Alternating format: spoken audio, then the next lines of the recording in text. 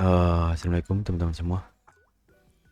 Kembali lagi di tanggal 30 lah ya. Lanjut eh, analisa mingguan lah ya. Oke, kita mulai dari gold atau XAU. Kalau dilihat secara time frame daily itu pola penurunan ya, yang artinya tren sedang turun. Kalau aku bisa lihat sih batas penurunan mungkin bisa sampai di sini, karena saya rasa ini udah dianalisis. Oh, udah aku analisa ya teman-teman ya, maksudnya ya. Closing daily kemarin tuh benar-benar bearish ya, otomatis ekspektasiku dia akan menuju ke support time frame daily atau demand itu di bawah ya. Kalau bisa bilang ini market structure lah, bisa bilangnya seperti ini.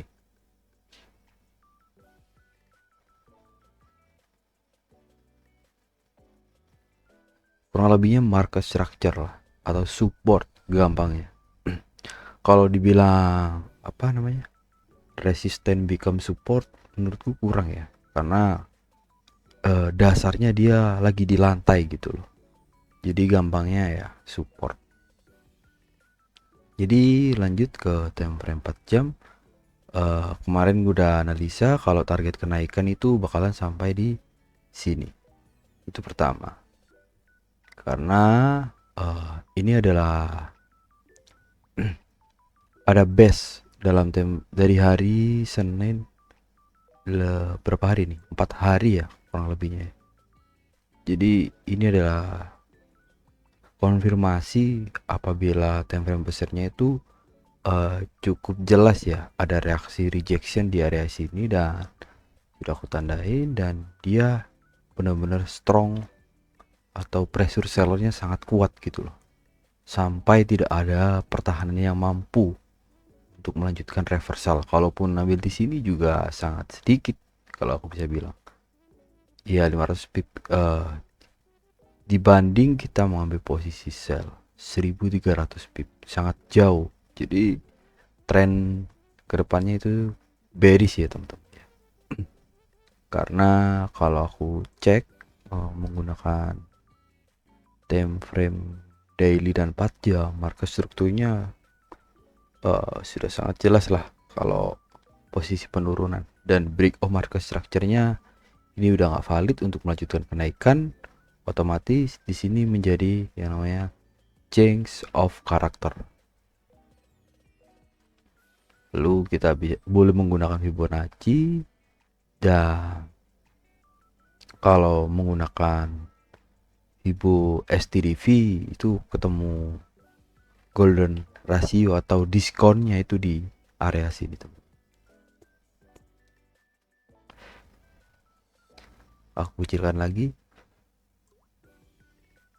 dan di sini ada yang namanya fair value gap. Bentar. Di sini ada yang namanya fair value gap.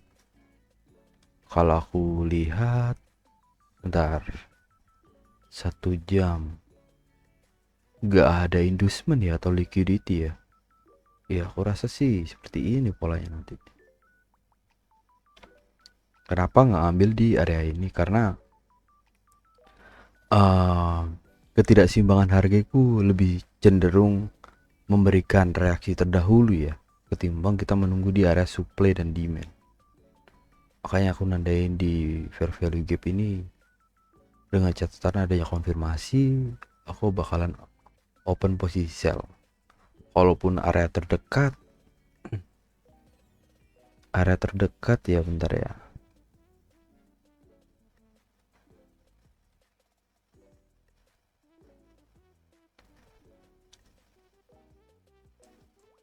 titik pantulan, bentar teman-teman.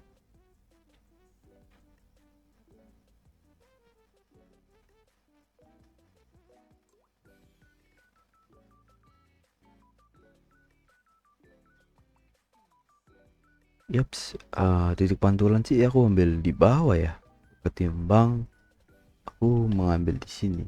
Di sini bisa juga boleh, tapi yang penting aku harus menemukan yang namanya konfirmasi dalam time frame kecil 1 jam atau 15 menit lah.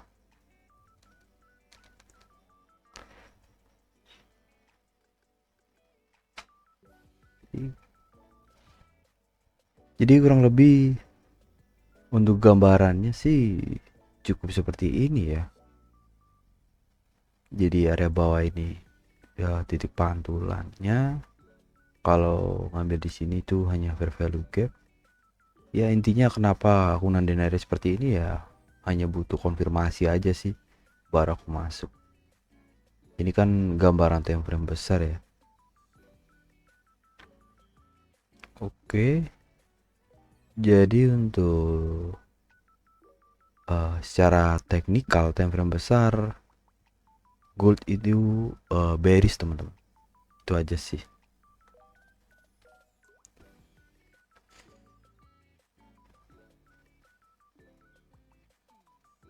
Dan di sini ada juga yang namanya imbalance ya atau fair value gap, ketidakseimbangan harga.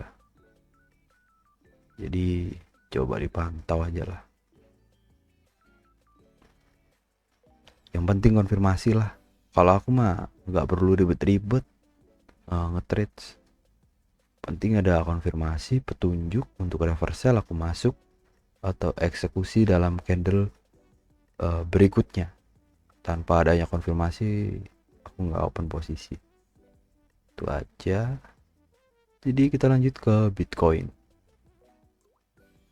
Oke. Jadi Bitcoin ini cukup menarik ya, karena kemarin aku pantau di area ini juga nggak ada konfirmasi dalam time frame 1 jam. Di sini ada konfirmasi dan aku kena stop loss. Tapi saya rasa ini sih kalau aku bisa bilang ya, bentar ya. Ini kan trennya sudah benar-benar turun ya kemarin ya. Itu karena sentimen pasar ada aku takut di ban. Ada apa ya? WW3 lah ya, bisa bilangnya seperti itu lah. Yang terjadi di I sama I2 ya berarti ya. Situ sama situ ya. Intinya itulah. Aku takut di ban teman-teman. Mungkin ini kan karena sentimen pasar ya. Bentar aku tulis aja lah. WW3 boleh lah. Sentimen pasar seperti ini entah karena reaksi pasar itu kaget atau bagaimana ya, bisa terjadi dump atau penurunan sangat signifikan dan tidak diduga gitu loh teman-teman. Padahal secara struktur itu sangat bullish gitu loh. Entah ini hanya mengambil liquidity para retail atau bagaimana, yang bisa aku pastiin ya karena sentimen pasar di sini ada. Ya kemarin teman-teman tahu lah ya yang sering nge-trade ada BB3 dan alhasil dia membuat yang namanya imbalance, ketidakseimbangan harga lagi. Ya otomatis ini adalah titik pantulan untuk melanjutkan kenaikan. Dan untuk secara time frame besarnya itu sih aku lihatnya di sini ya teman-teman. Atau teman-teman boleh nunggu di demand. Ini adalah demand, lalu ini adalah fair value gap aja. Lalu gampangnya lagi aku melihat ini sih, area ini adalah ada yang namanya supply, tapi dalam time frame 1 jam itu sangat jelas. Ini sudah membentuk yang namanya liquidity. Ya gampangnya tinggal nandain aja. dan batas stop loss ya nanti aku ambil di sini lah. Ini supply dalam time frame 1 jam. Dah. Jadi kurang lebih untuk Bitcoin juga sama, bisa sampai sini atau bisa sampai sini teman-teman. Jadi antara dua inilah ya. Itu sih kalau untuk gambaran dalam minggu depan ya, karena sudah aku